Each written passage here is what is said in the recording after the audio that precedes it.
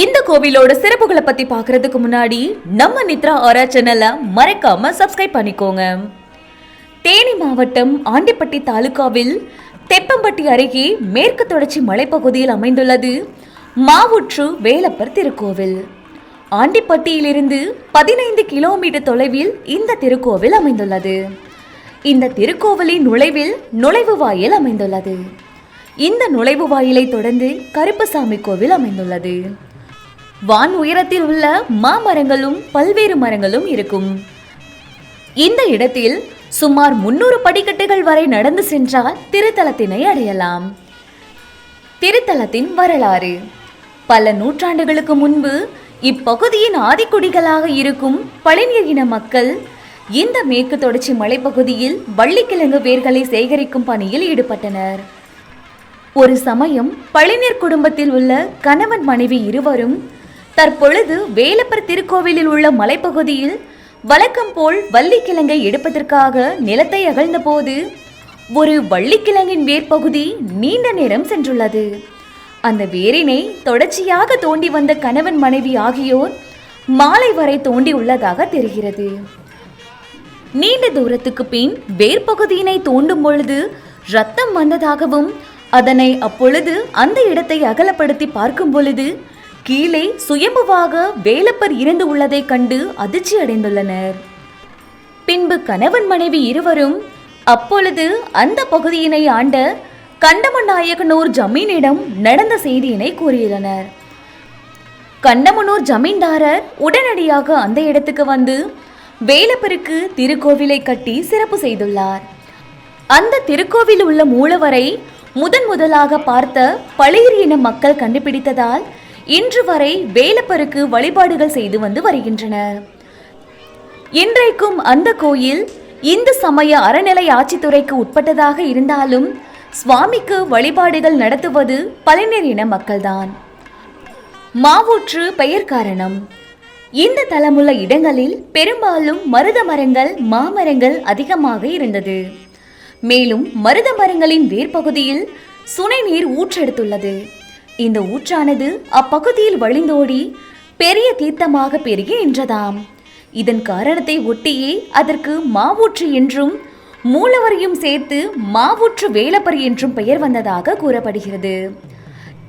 இந்த தலத்தின் சிறப்பு: இங்கு உருவாகும் ஊற்று நீரை குடித்தால் தீராத வயிற்று உபாதை நோய்கள் குணமாகும் என்றும், தோல் சம்பந்தப்பட்ட பிணிகள் உள்ளவர்கள் இங்கு வந்து மாவூற்றில் நீராடி வேலப்பரை வழிபட்டு சென்றால் விரைவில் பிணிகள் நீங்கி நலம் பெறலாம் என்பது இன்று வரை பக்தர்களின் நம்பிக்கையாக உள்ளது.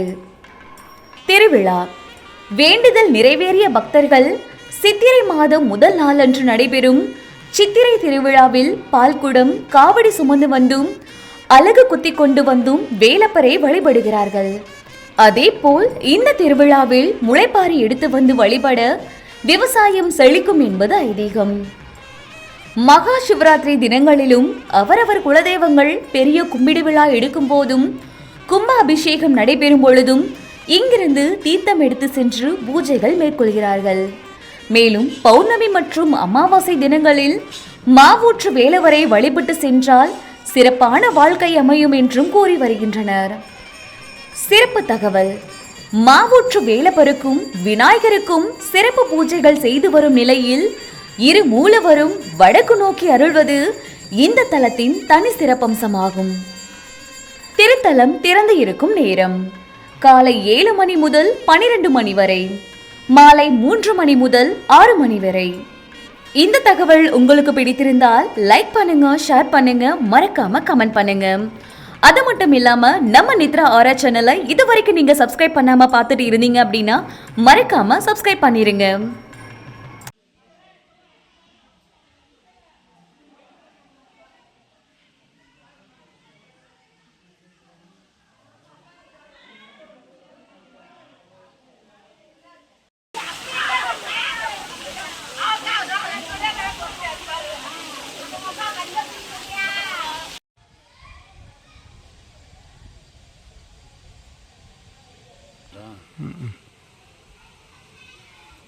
నాకు టైం అని పోయి నిద్రపోవాలా.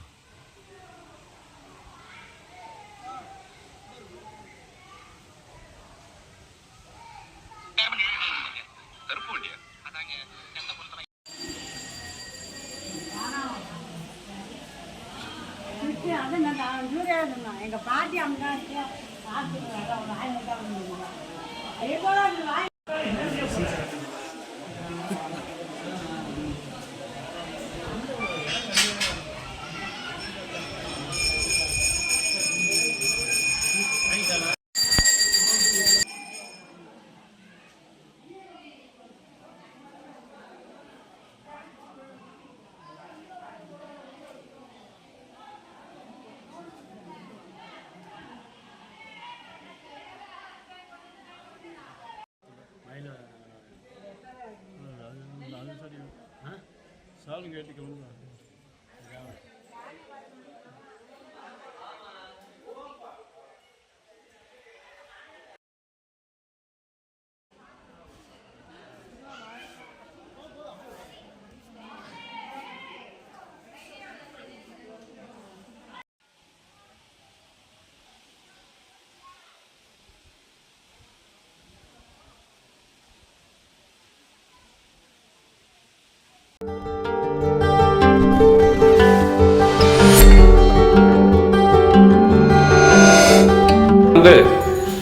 ஆலய வழிபாடுகள் முறைகளெல்லாம் தமிழ்நாட்டில் இருக்கக்கூடிய ஒவ்வொரு ஆலயமும் தரிசனம் செய்யணும்னா நித்ரா ஆரா என்று சொல்லக்கூடிய சேனலை சப்ஸ்கிரைப் பண்ணிது தரிசனம் செய்து கொள்ளும்படி கேட்டுக்கொள்கிறோம்.